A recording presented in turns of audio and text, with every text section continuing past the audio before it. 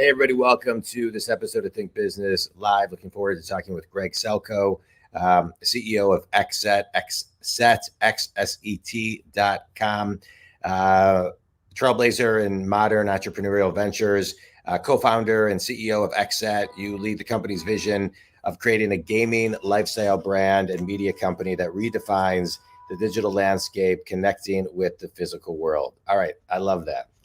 I've been looking forward to talking with you. Because I think this is my kids. My son is a senior in college. My daughter's going to be a freshman. She was varsity tennis, and we just went to the award ceremony at the city council, and they had the e-gaming there, which they have now made a varsity sport. And I always remember thinking when my son would come home and hop on video games with all of his friends and my nephew and et cetera. I remember thinking, wow, they're gonna invent something. They could invent something that's gonna, change the world. And so I was always kind of very pro the gaming. It was camaraderie. Sometimes my son would come home actually early, and they would all go home early and hop on and play. It was great. So, but I want to kind of talk to you and dive in a little bit about when you talk about redefining the digital landscape and connecting the physical world. Because I'm 52, I'm not sure how old you were, but we had Atari, we had ColecoVision. It was limited, and then we went outside and did our stuff outside and played. And so, what does the redefining of the digital landscape look like? Because it's with VR. And everything else surrounding VR, it just seems to be getting like almost so real and so much more intense. So what does redefining mean? Sure. Yeah. First, thanks for having me on. I'm super excited to talk to you. There's a lot there. I'd say, we're kind of redefining what it means to be a gaming brand or have a digital lifestyle. And kind of on the first sort of fundamental basis is we are part of a gaming culture, right? So we're not approaching it as an esports team. Well, esports is a big part of gaming culture. Most people who game are not actually super into esports. There's millions who are, but gaming, there's 3 billion gamers worldwide, right? They're all different backgrounds, all different races, all almost 45% of them are women. So everyone games nowadays. So the idea of just the gamer in the basement kind of playing esports or competitive gaming for 12 hours at a time, there's a lot of people who serve that audience. We serve everyone else. And that means what we call the casual gamer. By redefining what it means is that, we look at gaming the same way people looked at skateboarding or punk rock or hip hop. Gaming spawned this culture, and gaming intersects with music, fashion, art, entertainment, lifestyle.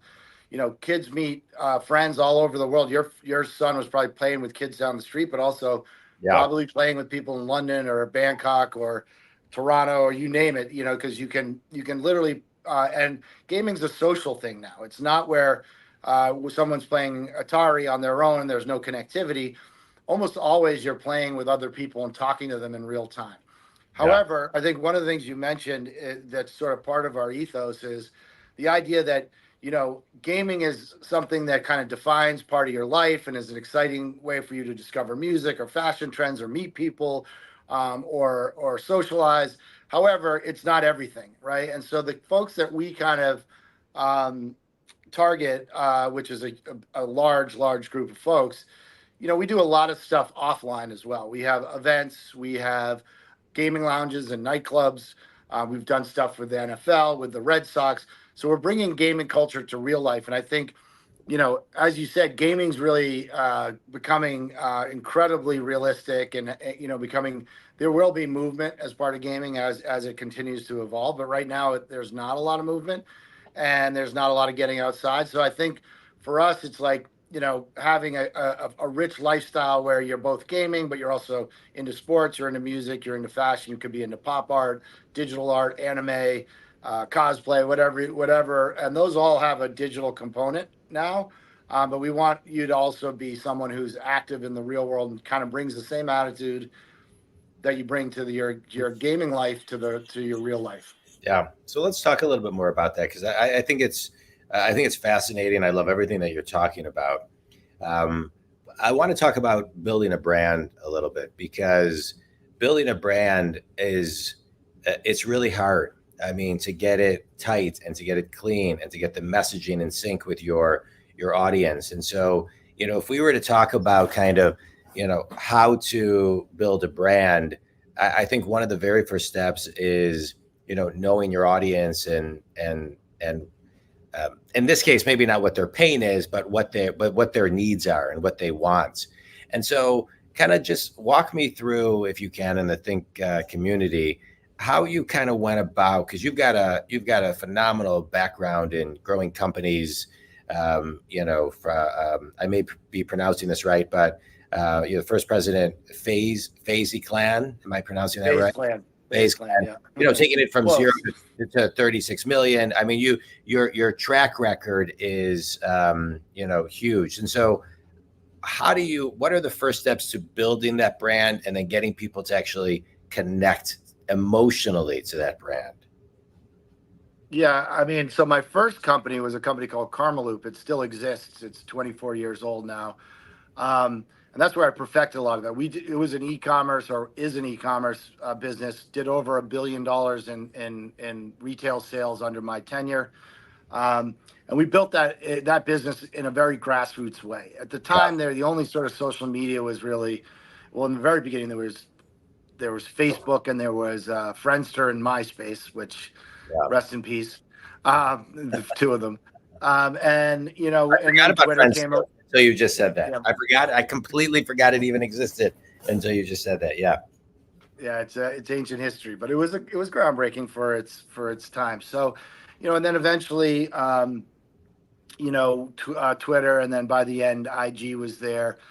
Twitch probably was born sometime around that. It was, not big at that point. We did actually live streaming at Karmaloop in 2010. We used a company called Livestream. They were the only ones you could live stream with. So that just shows you how early we were. I mean, Twitch was originally Justin TV, which was just one guy walking around with streaming his experience, and evolved into Twitch. But anyways, long story short is really the way that you build audience, in a lifestyle business, which we consider ourselves one, and really FaZe Clan was one as well. FaZe Clan, was the 800-pound gorilla in the space for quite a long time. It kind of, when I left, it was like the world leading gaming esports brand. I left to start XSET, and then 3 years later they went public. They had some problems, but when we left, we were on top of when we, meaning myself and my partner, who was also at FaZe. I have a number of employees who used to work at FaZe. We left, it was on top of the world, and part of the reason they were on top of the world was different than Karmaloop, in that at Karmaloop I was part of the culture. I was at the age of our audience at the time. We were growing it by being authentic. FaZe Clan, I did not create the brand. We turned it into a business, but these guys who were the original content creators making YouTube videos and streaming were very authentic. The fans loved them. They felt like they knew them. And when you have that, as you've seen with influencer, which I think is projected to be like $400 billion in revenue, global revenue, the influencer creator economy, people will buy stuff, they will pay for stuff, they will pay for tickets, because they want to be close to this group of people that they're following, and authentically that group is interacting the way that they interact with their fan base. So, with XSET, again, we got to build it, not sort of kind of inherit it and then turn it into a business, which is what we did at FaZe Clan. Because my partner actually was with me at Karmaloop. He was with me at FaZe Clan. He was with me at he's with me at XSET. He's my co-founder at XSET. So like at XSET, we really, part of what we wanted XSET to be was, this gaming lifestyle sort of media brand that reached millions of people, and kind of did things that were really cool and interesting, and helped kind of organize and define their lifestyle, the fans and the audience. And the first thing we did is that, look, gaming is this huge phenomenon, right? And it's never going away. It's just only going to get more digital. And when I say everyone games, that means NFL athletes, that means celebrities, that means actors, that means they all love gaming. So the first thing we did as a brand was, kind of set our ethos, which we wanted to be welcoming for everyone. We wanted to be much more leaning into pop culture, this intersection that I just talked about. That stuff resonated. It was clear we had product market fit. We launched the company on the cover of the style section of the New York Times, and then a bunch of follow-up press kind of trickled out all the endemic brands that cover this kind of stuff. And so we got inundated by kids basically were like, yo, like finally there's a brand for me. Like I didn't feel connected to a lot of these other brands that were kind of in the similar space or whatever. I don't know if it looks like I'm shaking the table, so I apologize. But then but then we had to kind of like supercharge that, right? And so we basically, because this wasn't our first company, and because myself and my co-founders and had done a lot of stuff in culture and lifestyle, we were able to go to NFL athletes. We got 6 guys from the NFL to invest into the business. We got people like Nigel Sylvester, who's like the most famous BMX rider in the world. We got Sway Lee and Ozuna and T Grizzly. These are huge hip hop artists to invest capital in the business and to join the business and help promote and tell people, yo, this is like a brand or a place where I want to be part of. And these guys are all authentically gamers. Like we didn't go to LeBron James, not that we could have gotten him anyways. Right. His son Bronny is a big gamer and actually was associated with FaZe Clan for a while, but LeBron's not authentically a gamer. He doesn't really game. So if we were to get him, yes, it would be a big coup and it would be look amazing. But and certainly we'd take an investment from him. But putting him as a forward-facing face of the business, it wouldn't have rung true or felt authentic. It'd be like, yo, you're just going to LeBron because he's the biggest basketball player in the world. Where the folks that we went to, a lot of them were huge. Like Ozuna's the biggest, probably one of the biggest Latin artists in the world. Sway Lee is definitely one of the biggest hip hop artists. But they also authentically gamed. And so when they did stuff with us, it was natural. When we did events, we did gaming related events, they'd come and perform. We did videos when we launched merchandise like this. And by the way, talking about old video games from the past era, this is the gun from ColecoVision Duck Hunt that we reappropriated on a shirt. So ColecoVision was was probably the third system. Yeah, that's great. I love that story. So I mean, just to kind of recap a couple of things, you go in with an intent. People feel connected. Finally, you created something, and then layer in ambassadors that are authentic in alignment with your brand, and no trying to create it or push it. You're going down the path where everybody's in alignment with your mission. Everybody's in line with the passion because of their intrinsic passion. It seems to me like you really, I think a lot of times companies and brands get it wrong because what they intrinsically set out to do, they end up conforming, and because they don't have the patience or many other reasons. So kudos to you. I think it's great that as we're sitting here talking today, you're intrinsically connecting with everybody's kind of passion for the industry and for you guys. Yeah, I mean, I think 100% you nailed it. Yeah. And I think it's you got to kind of swim upstream sometimes, right? Like we really we look at ourselves. Is the connection okay? Because I'm getting a little fuzzy. Right. No, it's perfect. It's perfect. Good.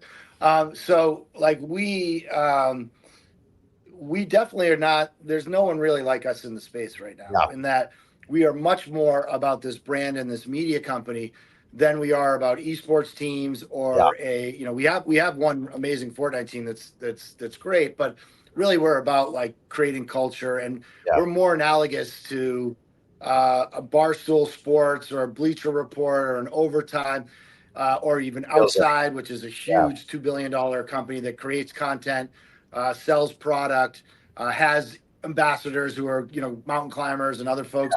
We're doing the same thing in gaming, and no one else is really like. There's a lot of successful models making that are north of $1 billion in valuation in niches, albeit big niches like the Tennis Channel or Outside or some of the Mr. Beast. In a lot of ways, started out as this individual person, but he's become this media property.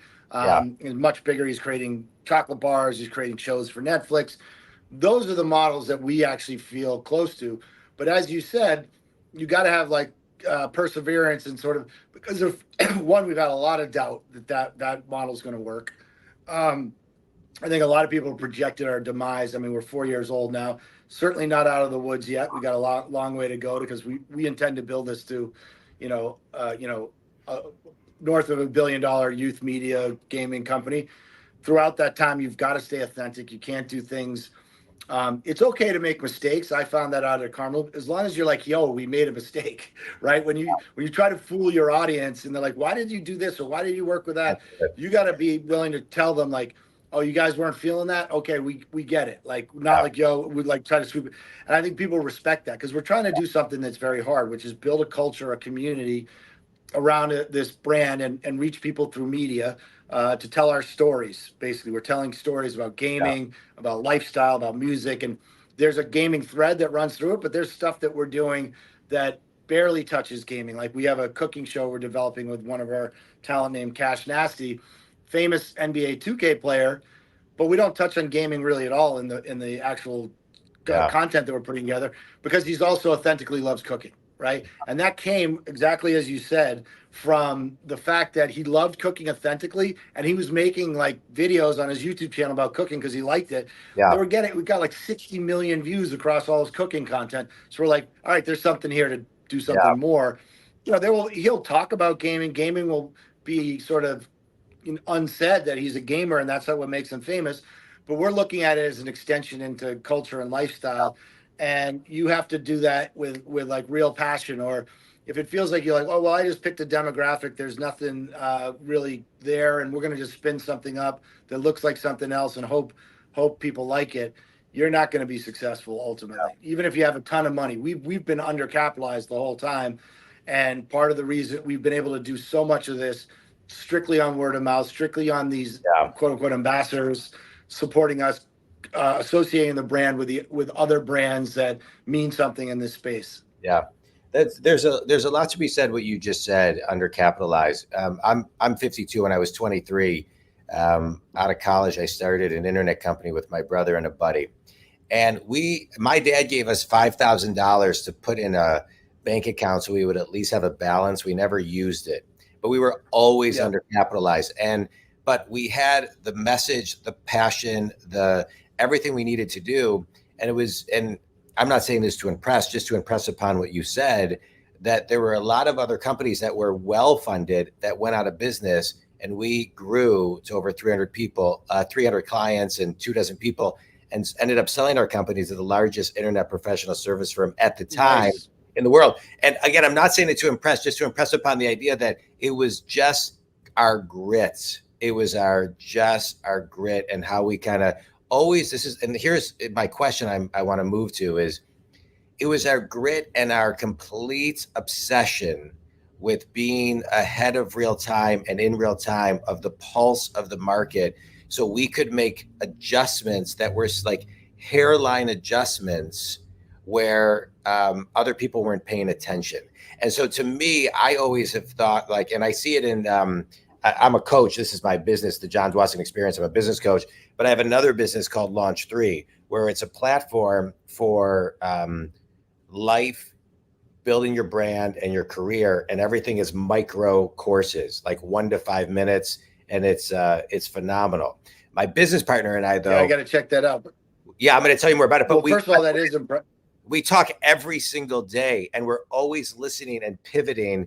And so we don't have it's our own capital, but that's how we stay ahead. So I want to know, what are the microfibers of your grit and how you stay ahead being undercapitalized? Because I think it's possible. I just want to say one more thing. I think a lot of times people think we need all this money, we need all this thing, and da-da-da-da-da.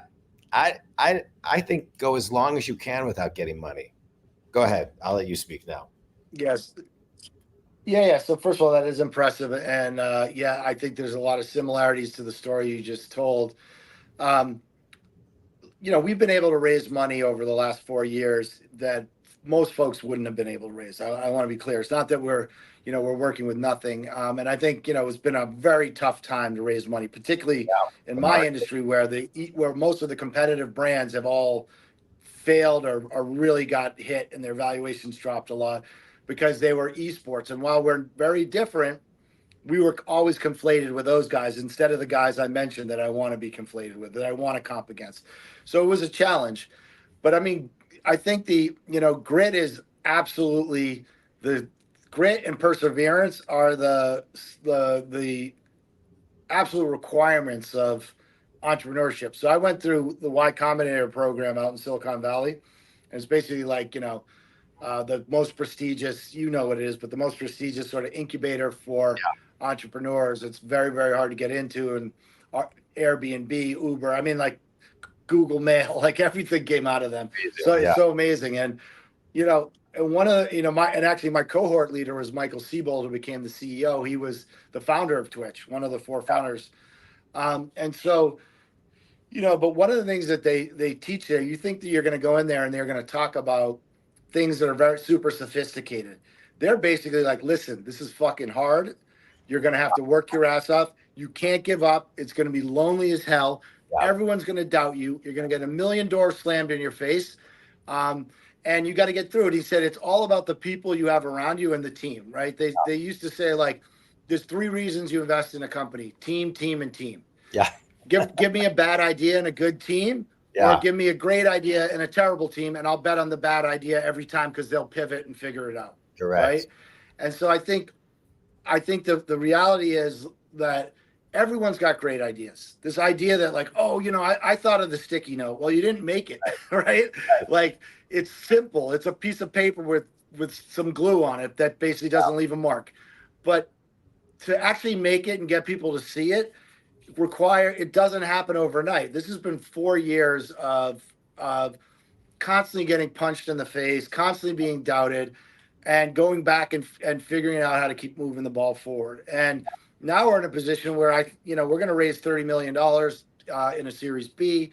There's a lot of strategic folks that need to understand gaming, need to understand youth culture. Every consumer brand in America, every sports league in America needs to get the next generation of fans or the next generation of consumers. And if you don't understand gaming, and if you can't reach them authentically through gaming, because that's the primary focus of a lot of people's, sort of leisure activity, you're not going to get them. So you need someone like XSET. But it took time to get to the point where we now get inbound calls from big consumer electronic brands and other folks where we were knocking on the door before. And they're like, well, we just did a buy with esports. It failed. All they did was put our logo on a jersey and like do an ad on the, underneath the Twitch stream. We're like, no, we're doing something totally different. This is interactive. There's real life stuff. We're going to help you, insert you into this cultural movement of gaming lifestyle. And they didn't get it, but now they get it. Now we're one of the few folks that they can come to that has the sophistication, first of all, to be able to talk their language, but actually the authenticity to not bring something that's garbage or the trash that the kids won't feel to our audience. And we won't do it. No matter how big a check you write us, if we're not going to put our name on something we don't think is cool, or at least give us the, that we think is cool. And if it's kind of cool, we need to still have the autonomy to do it our way to our audience. But it takes time, years. Now it's been 4 years of constantly getting up and showing the world, both our audience and these consumer brands and advertisers and sponsors and folks, and making merchandise that's cool that people want. All that is required to get to where we are today. And for us to get to where we want to be in 3 to 4 years, it's a whole nother, yes, we'll have real capital now to, we won't be living hand to mouth. But even then, the stuff that my team has learned about working with no capital or very little capital compared to our competitors, we're not going to go out and just suddenly unleash the torrent of capital. That makes you a good business person. Correct. Because if you have the capital, a lot of times you get lazy. I used to remember going into you work as if you don't startups have. or yeah. I'd go into a startup or a new agency or whatever. If I went in the bathroom and there was like mouthwash and dental floss and all this stuff, and then you came out to their kitchen area and there was like Kind bars and candy and like a fridge full of like free drinks and all this stuff, and it was a brand new company, I was like, okay, they just got a bunch of money from the VCs and they're going to regret spending on that later. Now, if you're an established company and you're generating revenue and profit, that, like I go to VaynerMedia a lot, they've got that, but they earned it, right? So it's all commensurate to where you're at, where you can start to open the floodgates and spend. Absolutely. Every penny matters. And if you, startups, I agree with you. When you get the money, you still got to be frugal and you got to watch every single penny, and you got to, I'm just going to echo what you said, not get lazy. I just want to go back. You're talking about, hustle, and actually, the sticky note example, a riddle that I use. So a lot of times when I'm doing keynotes is when I'm talking about this, a similar topic is I'll say, 5 frogs are sitting on a log. 4 decide to jump off. How many frogs are left on the log? And everybody's like, well, wait, will you say that again? So I say it again. And then most of the people say 1, but the answer is 5 because they just decided they didn't take action. And to your point, the haters that you're talking about, what I find is they're just people who don't want to take action, or they can't see, they're more one-dimensional, and you're a multi-dimensional type of person. And most entrepreneurs are, right? They can see things. I think in my business as a business coach, I see and hear, I go into companies, I see and hear things that are hidden in plain sight, that they can't see. And so when you look at, your entrepreneurial background, you're the Ernst & Young Entrepreneur of the Year in 2012, recognized as one of Goldman Sachs' 100 most intriguing entrepreneurs. So what is the secret today, right? There's no secret, but if you had to give an entrepreneur, and you've mentioned a lot of things, but one thing that they need to consistently do every single day once they have the idea and put it into execution, what is that one thing? Ask for help. So brilliant. Yeah. Because, I love seeing, I don't love, but it's just funny to me when you see these folks like, I had nothing and I made it. I've asked every family member, every person I've ever met, and, literally anyone I can talk to get them to try, when you're in startup mode in particular, when you can take 25 and 50K and you need the seed money, I've asked everyone I know to put money in. Everyone I know that might know someone that knows someone, I've asked, hey, someone who did this in media? You think I can talk to him? I still do this. Can I talk, anyone on my cap table, and I've got a lot of great people on my cap table. Rich Antonello founded Complex Media. The guys over at Quality Control, that, Coach K, he's they have all the biggest artists like Cardi B and stuff on their record label. These are all people that I go to for advice, right? And you need to be willing to look stupid, sound stupid sometimes, and be willing to, because you don't know what you don't know, right? And even now, this is the first business where it's really been a kind of a new sort of media business. I've always had this element of it in other things I've done, even at FaZe Clan, where our model's a little different. And so, just because I'm really good at one thing doesn't mean I'm going to be good at something else. And that's a mistake a lot of people make. They're like, well, I just did this so I can, and, I knocked the cover off the ball. I'm going to go into this field. I'm going to knock the cover. Like you need, it's so much easier to learn from other people's mistakes than your own. Yeah. I couldn't have said it better myself. I think the only thing I'll add to that, Greg, is I think it's really important to surrender to being vulnerable, right? Surrender to being vulnerable. And, you mentioned something like, I'm a big believer, everybody has their kind of one main and then maybe a second and third unique ability. But outside of that, you got to tap into everybody else's, because they see things with different lenses and they hear things differently. And sometimes the smallest piece of advice can shift an entire industry. Yeah. I think I've had amazing mentors are so important. Yeah. I just want to say one thing. It's like, there's no bad decisions. There's just bad assumptions. And one bad assumption can take down a business. When I had my internet company, I'm in Detroit, and so Borders Books was located in Ann Arbor, Michigan. And my brother and I and our buddy, we would go up to Borders, and maybe we just should have been better influencers at the time, but we met with them a small handful of times, trying to convince them and influence them and beg them to get on the internet. And the person we kept on meeting with kept on saying, passing fad, Amazon's not going anywhere. They made one bad assumption. We can point to a lot, Kodak, this, da, da, da, da, da. And so what's one bad assumption you made that through asking for help, you were able to pivot? It's a good question. Well, first of all, I was just in Ann Arbor like 2 weeks ago. I like it.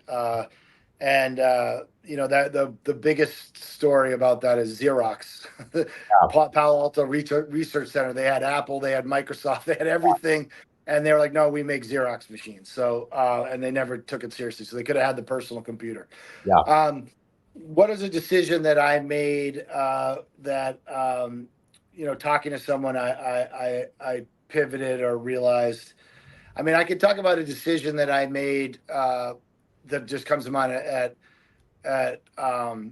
when I was at Carmel. We were one of the first e-commerce sites to have a YouTube channel, and we're like, we want to start doing Carmel TV because it's all about a culture. Same thing with gaming. And I was talking to other folks in the industry who are more media focused, and like, you need to have your own player. You got to build your own player. That's what everyone's doing. And by the way, there was two elements of that, because I had a lot of people saying, "What are you doing content for? Your e-commerce site. No one wants to see content on an e-commerce site." I was obviously proved wrong on that one. But so I started embarking on building this player. It's expensive. It was like building our own YouTube, right? But it was going to be on our site, our branding, our features. And I had a guy. This guy goes by the name of Little Internet. That's his name's Julian.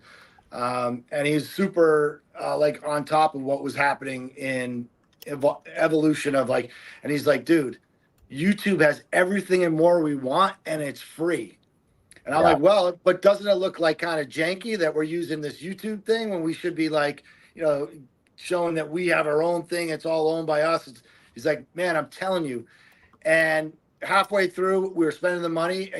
I listened to him. He was showing me. And I'm like, "We're fucking crazy. We got another $50,000 to spend on this thing." He's right. And we just jettisoned the whole thing. We put it on YouTube, saved us tons of time and money, and we could focus on the content.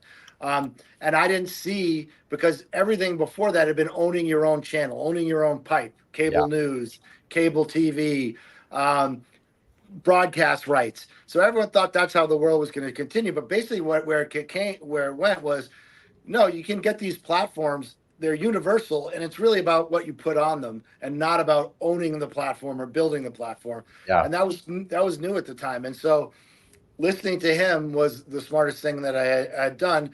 When I listened to a number of the folks in the industry who are bigger and more successful in the media part of the industry saying, no, we have our own platform. We have to use this, this company that builds it for us, and we want to customize it, and they can only look at our content, no one else's. And that was just the wrong approach. Talk to me about, thanks for that. That's a great story. I just want to kind of dig down one more layer. I want to talk about your instincts, right? And decision-making, because I think a lot of times people may listen to that story and say, okay, well, what did your instincts tell you was right versus wrong? And how did you ultimately decide what your decision would be? You mentioned asking for help. I think next to asking for help is actually people making a decision. They have a really difficult time to make a decision because there's a conflict with, the left and right brain, what their gut's telling them and what is rational. And so how do you kind of tap into those? Yeah, there's been a number of times in my career where my instincts telling me something, but every reasonable, rational sort of standard practice is saying like either you're micromanaging or you need to go this way. You know, I'm a big believer in letting your getting a great team and letting them do what they do. But there's every once in a while I'm like, this just seems wrong. I know they're the expert at it. It just feels wrong. And there's been a couple times I'm like, look, they know what they're doing. I'm going to leave it alone. And invariably there's a mistake. Something bad happens. What I do is, even if my instinct is like these guys are doing it wrong, I do check other people that can kind of either support it. But I would say generally, like, you know, with that particular example, my initial instinct was the guy doing the YouTube stuff was wrong. The guys who are the leaders of the field who are telling me, no, this is how they're doing it with their media companies. That felt totally right to me. Yeah. But there was something in somewhere there where my instinct shifted. I'm like, you know, I'm still listening to these guys, but I really feel like the guys who are 25, 26 years old know what they're talking about. And other than like kind of our own ego of not having our own player, what is it we're doing this for? Yeah. Because we feel like we're going to look like, oh, well, we're just using something else. We're not making a serious attempt at media, right?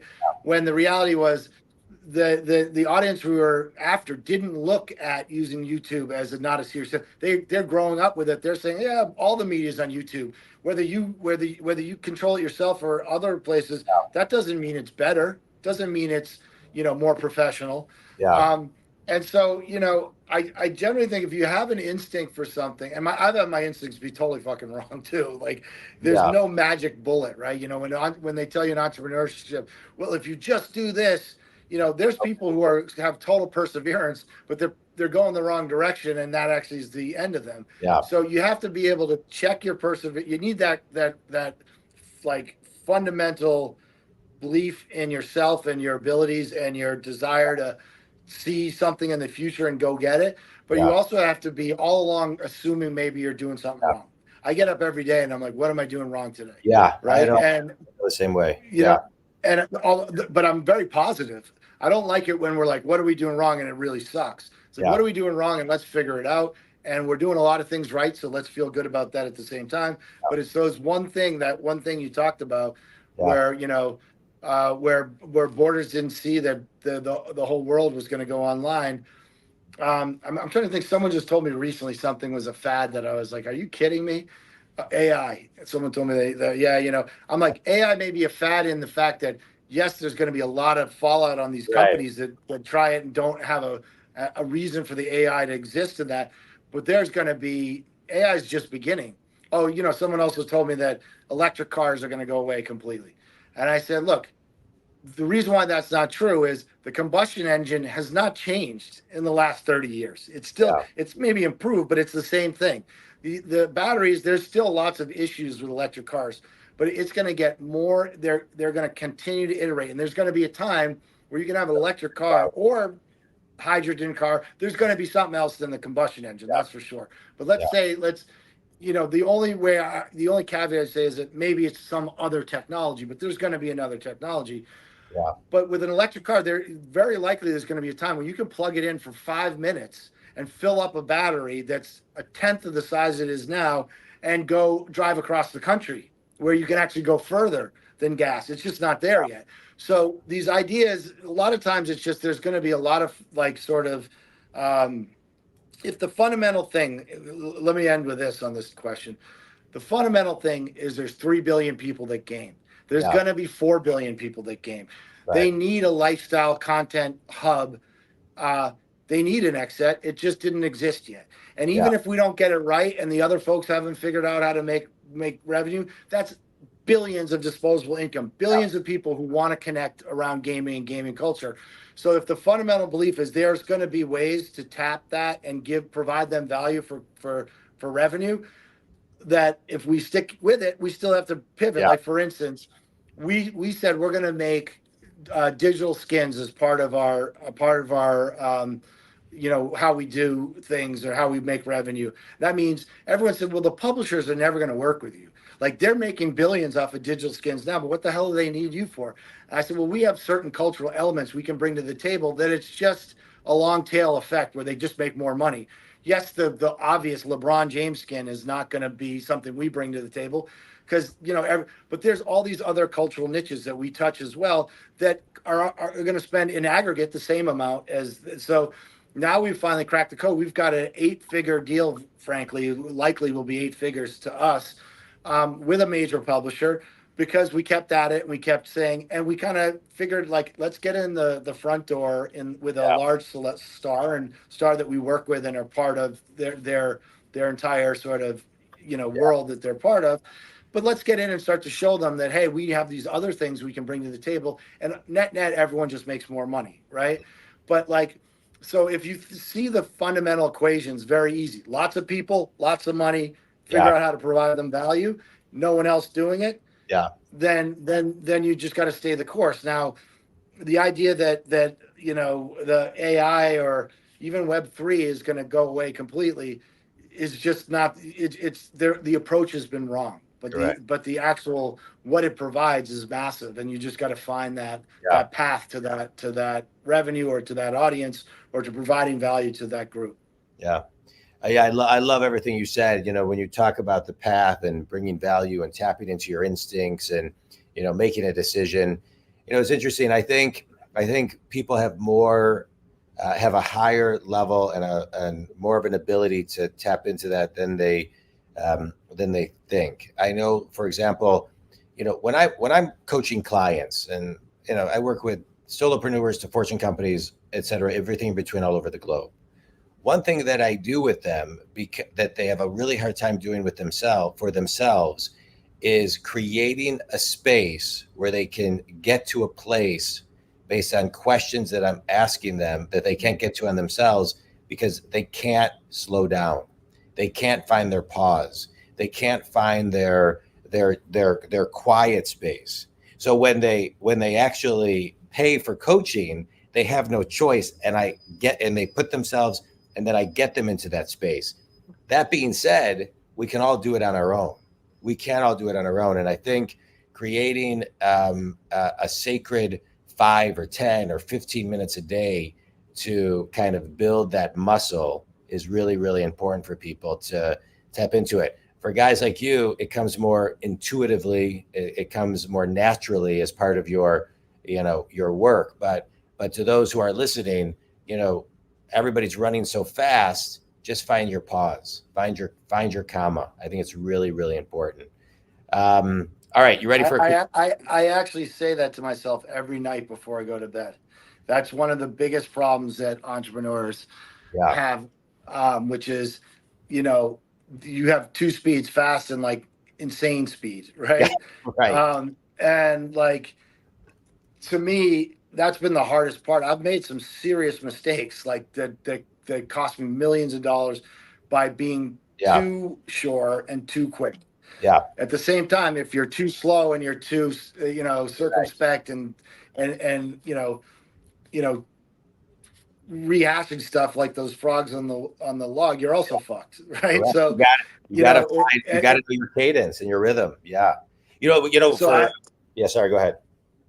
No, I was just saying that insane speed when I need it is amazing, and people are like, "What the hell's going on?" And for me, like, oftentimes it happens in an emergency or a fire, and I get really calm when it's an emergency. That's just luck, I guess, that I was born that way, and that helps me to be able to navigate through stuff that might have killed another business. Right? We've been almost out of business in every business I've been part of.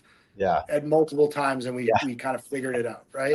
Yeah. I've been there. Yeah, I get that. Yeah. But I think having that time, it's the hardest thing to do for entrepreneurs. But, I oftentimes say, like, let me take time to pause before I'm going to bed. I have sort of like mantras. It's like prayers, but kind of, almost like, what would I call it? It's prayers, but it's like secular praying. Totally. Right. And I think through stuff, and I ask, to have more patience to do that. And so, having that ability to be able to, I don't have it intrinsically or innately, but I do force myself to take pauses, to ask myself, hey, am I doing again what I did before, which is I'm rushing something through, and that's oftentimes true even when I'm raising capital. I think this one person, if I don't get that person, I'm fucked. If they don't invest, and there's been many times where, unfortunately a deal falls apart and I'm like, what am I going to do next? And I'm like, wait a second. The success of this business depends on the people in the business, not just me, all the team. And we'll find some other capital someplace else. And you get yourself back up. But you need to be able to slow down and think it through, or you're going to go into panic mode, or you're going to go into, blinder mode where you're not seeing all the mistakes you're making as you go towards something that may even be a good idea. Yeah. And like you said, your routine, I kind of have my end of day wind down routine, my morning routine of meditation and journaling, and, just bookend your day with that. I think it's so important. All right. Quick 30-second speed round, Greg. A book that's had the biggest impact on you. The Ulysses S. Grant biography by Chernow. All right. Chernow's, he's great. Best piece of wisdom you've ever received? To learn from other people's mistakes and let people have it your way. I love it. Last question, finish this sentence. One thing everybody can do right now to get better at asking for help is? Just go ahead and do it, even if every fiber in your body is telling you it's going to be embarrassing. Intellectually understand that asking for help is the right thing, and then just force yourself to do it. I mean, that's what I had to do. Yeah. A lot of entrepreneurs feel that they're asking for help is a weakness. It's a strength. Yeah, I agree. Tap into your courage. It overrides confidence. Tell everybody how they can connect with you, who your ideal clients are, learn more about you, etc. Yeah, so you can follow us on all socials at XSET. So we have that across Twitch, across IG, TikTok, everything. Just our name, XSET. You can go to our website, which is xset.com. You can go to XSET Studios, which is xsetstudios.com. That's our sort of services part of the business where we create content and work with other brands in the gaming space. You can follow me on any platform that I just mentioned other than Twitch. I don't stream, but other than everything else, at Selkoe. And, our ideal partners, I mean, there's two things. We want to make revenue by helping brands reach the gaming audience and do cool stuff, help fund our ability to create culture. While it benefits them, it also benefits us. Yeah. And they get to reach a new audience. Most of our revenue comes from that. Advertising in an old parlance, but it's really much more than that. Yeah. And then I would say, any investor looking to reach this audience and looking to build the future, wants to be part of $1 billion media brand, our Series B starts in the next 3 weeks, and our goal is to raise 30 million before the end of the year. Whether we raise it or not, we're still going to be around. It just will mean we'll have to take a longer route. Yeah. We're going to get where we're going. We're going to build $1 billion brand. And, like anyone who just wants advice, I'm always available to, I try to get back to everyone. Sometimes it's a couple months later. If I don't get back to you, it's not because I blew you off. It's because somehow I dropped the ball and hit me again. But you can email me at gregs@xset.com. I love it. Greg, I love this talk. This was great. I'm a business coach. I work with successful people who are stuck. I get them unstuck. And what I love about this podcast is I get to talk to people who are in alignment with my mission to help people get unstuck. Maybe even those who are afraid to ask for help can learn through the airwaves and get some guidance. And so I love it. I loved everything that you shared today. I just want to extract one thing, which has kind of been a through line of our last couple minutes, which is think community. The importance of asking for help is so critical in growing any business, whether you're a startup, whether you're running a fortune company, a 20, 30, 40, 100 person company, a 20, 30, $40 million company, it doesn't matter. Asking for help on, you said earlier, you're down just a sliver that can actually hurt the company in a big, big way. And so just kind of find your pause, ask for help, and great things will happen. Greg, this was great. You can reach out to Greg at everything he shared. If you want to talk about any coaching, you can reach me at johndwoskin.com. Greg, stay on just a minute. We'll catch up for a second. Thanks so much. This was great. I loved it. Thanks so much. Thank you. It was a lot of fun. Don't